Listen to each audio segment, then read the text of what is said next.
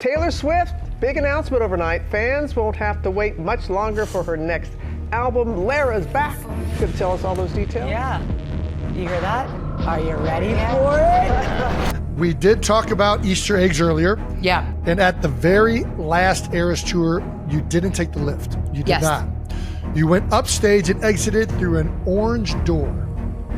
Why did you change the ending? Basically, the reason why I chose to exit that way is because I kind of wanted to give a little subliminal hint to the fans that I may be leaving the Eras Tour era, but I was also entering a new era. On August 12th, 2025, millions of people stared at their screens, their breath held, waiting for a cryptic countdown to hit zero. At exactly 12:12 a.m. Eastern Time, a secret website, whisper linked to Taylor Swift, was supposed to reveal something. The fandom was electric. The theories were flying. But then the clock ran out. And what happened next? Absolutely nothing. The site went blank. Now, weeks later, the album The Life of a Showgirl is here. But the real question is, why was the rollout so chaotic? Was it a glitch? A cruel prank? Or was it a masterclass in media manipulation and the first move in a much larger game? The event on August 12th wasn't just a random website crash. For Swifties, it was a puzzle. The countdown itself was a deliberate piece of misdirection. There were no official announcements, just whispers and a link passed around fan forums, leading to a stark, black page with a clock ticking down to a very specific time, 12:12. The number 12, of course, being the key. Fans were primed for TS12, the code name for her next era of original music. When the countdown fizzled, the initial disappointment quickly turned into a frantic search for meaning. And that's when the real clue emerged, the color orange. For months, fans had noticed a strange aesthetic shift. Official posts from Taylor Nation, her management team, started featuring subtle orange filters. Merchandise photos seemed to be bathed in a warm, citrus glow. In the highly symbolic world of Taylor Swift, where every color represents an entire musical era, this wasn't a coincidence, it was a message. To figure out this strategy, you have to understand how Taylor's mind works, and the secret, as she's told us herself, lies in her pens. Taylor Swift doesn't just write songs, she builds worlds. And to categorize these worlds, she created a system. How does ownership of music even work? I own my publishing. I have control over if my song is used in a film and I wanted them to use Taylor's version instead of the original version, I, the songwriter, can decide that. 3 imaginary pens that define her entire creative process. First, there's the quill pen. This is for her most intricate, historical, and fictional lyrics. Think of the sweeping stories in folklore and evermore, songs like The Last Great American Dynasty or Ivy, where she's a storyteller weaving tales of other people's lives. Next is the fountain pen. This is the classic Taylor Swift, the modern, personal, and often heart-wrenching lyrics that feel like a page torn directly from her diary. This is the pen that wrote All Too Well, a masterpiece of confessional songwriting that turned a personal memory into a universal anthem of heartbreak. Finally, there's the glitter gel pen. This one is pure, unapologetic, shimmering pop. It's for the fun, catchy, and impossibly upbeat anthems that are designed to be screamed along to in a stadium. This pen is responsible for hits like Shake It Off and Me. Every album fits into one of these categories, but the orange aesthetic didn't fit. This led fans to believe the answer lay not in a new color, but in the shadows of an old one. The leading theory was that the orange clues and the chaotic countdown were an elaborate game pointing to the imminent release of Reputation, Taylor's version. The logic was surprisingly sound. Orange is the complementary color to the cyan blue that defined the cover of 1989, Taylor's version. A shift to orange could symbolize a direct transition from the bright pop of 1989 to the dark, industrial synth of Reputation. Everything you do is a standing ovation on your first record if you're having that breakthrough record. Furthermore, orange is the color of prison jumpsuits. This fits perfectly with the themes of incarceration and being a fugitive that run through the album in songs like Ready For It and Getaway Car. The theory suggested she was breaking Reputation out of its proverbial jail, the jail being the old recordings she doesn't own.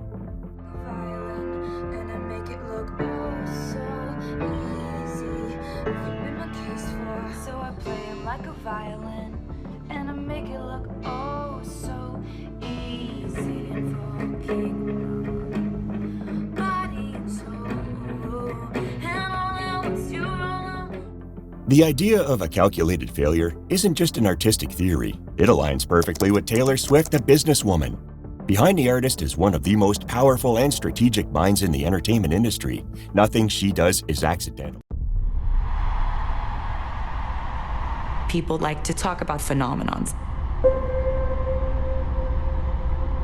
almost as if it was pieces falling into place. This is the artist who, in 2015, wrote a single open letter to Apple Music titled, "To Apple, Love Taylor." In it, she calmly and politely criticized their decision not to pay artists during the 3-month free trial period for their new streaming service. Within 24 hours, Apple, the biggest company in the world, publicly reversed its policy. The calculated failure wasn't just about music. It was about controlling the narrative, which is the true lesson here. Taylor Swift has built a career by consistently undermining the media and the industry that tries to define her. When she announced her new album on her fiancé Travis Kelce's NFL podcast, The New Heights Show, This is my brand new album. that was another brilliant strategic move. She injected her album announcement into a completely new audience, the sports world, and created a massive cross-platform media event. It generated far more headlines than a simple Instagram post ever could. This is the definition of platform mastery. She doesn't follow the rules of promotion, she writes the rules. This relentless focus on strategic control is why even a so-called failure, like the 12/12 countdown, is still a viral marketing success. This is the same strategic thinking behind her re-recording project. When her original masters were sold without her consent, she launched a multi-billion-dollar project to reclaim her work. A failed countdown that generates millions of dollars in free press isn't a failure at all. It's ruthlessly efficient marketing. And for those keeping score, the tea is piping hot. The album contains the casually cruel track, Actually Romantic, which fans are convinced is a direct response to a rival pop star, a classic Swift celebrity feud moment that keeps the narrative spinning. The second major theory, which is now confirmed, was that all clues pointed to the life of a showgirl. Now we know the truth. The Showgirl album is a classic glitter gel pen project. It's vibrant, electric pop, exactly the kind of sound she creates with that pen. This is proven by the upbeat songs like Opalite and the catchy pop hook of Elizabeth Taylor. But this confirms the biggest marketing lesson of all. The initial, confusing orange clues were a deliberate diversion to set up her next move. Reputation, Taylor's version. The 12/12 failure wasn't a glitch. It was a masterclass in media manipulation and brand control. She created chaos and misdirection on purpose, dominating the news cycle with a non-event, perfectly mirroring the themes of media scrutiny and manufactured drama that define the Reputation era. The true strategic reason the orange clues and the 12/12 glitch were deployed is that the groundwork is already laid for the ultimate surprise. Fans believe that now that the glitter gel pen album Showgirl is officially out, the darker, highly anticipated Reputation, Taylor's version, is set to drop with zero warning. Why? Because the Showgirl aesthetic itself contains Reputation clues. For example, Taylor wore a famous custom outfit for the Showgirl album art that featured serpent or snake motifs, the ultimate symbol of the Reputation era.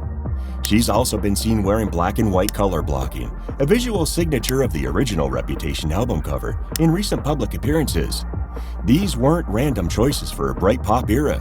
These are deliberate Easter eggs that only make sense if you believe the Showgirl era is the camouflage for the final move. The Showgirl album is proof that the 3-pen system isn't just about songwriting.